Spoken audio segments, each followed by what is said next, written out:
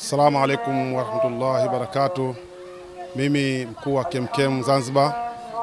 Kwanza nina furaha kubwa ya kuweza kujumuika na wananchi wa eneo hili kwa kushirikiana, na dhamira yangu kubwa kufanya zoezi hili ni kutaka kuona tunaweka watu pamoja, kwa sababu tunapokaa pamoja tukafanya jambo letu kwa pamoja inaendelea kuleta mshikamano kwa watu walio katika eneo hilo, na inshallah mshikamano huu tumekuwa tukiendeleza kila mwaka. Kijiji hichi cha Ghana, Ndagaa, Chakani na Kitoroni, tumshukuru Mheshimiwa Rais pamoja na waziri wake anayeshughulikia masuala yake ya barabara, Dr. Halidi, waziri wa mawasiliano na uchukuzi, kwa kutujengea barabara nzuri ya kisasa. Tunasisitizana tuitunze barabara yetu kwa sababu kitunze kidumu. Mimi naitwa Mwinyi Mwisheni, mwenyeji wa kijiji cha Ghana. Kama unavyoona leo tumefutari hapa, tumefurahi. Kwa kweli tunamshukuru sana kijana wetu Komodo kuweza kutukutanisha kama hivi, wazee vijana tukafutari kwa pamoja. Tunashukuru sana.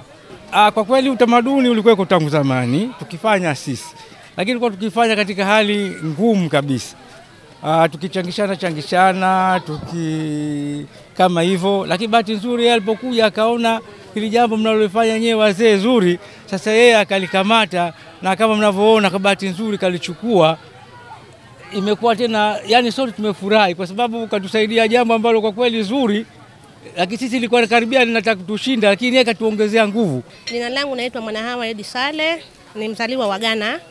Kwanza mimi namshukuru Mungu kwa kutujalia kukutana usiku huu hapa, lakini pia namshukuru Mheshimiwa Komodo kwa sababu ni watu wachache wenye makwao kama hivi mashamba, lakini hawawi pamoja kukutana wakafutari kama hivi na wana kijiji. Kwa hiyo wana kijiji pia wanashukuru alhamdulillah rabbil alamin kwa wana mtu wao mzawa na yuko sambamba na wao, na kwa kila mwaka wako pamoja na yeye. Jina langu naitwa Hafidh Hussein Yusuf, ni imamu wa Masjidi Hussein Ghana Kichakani.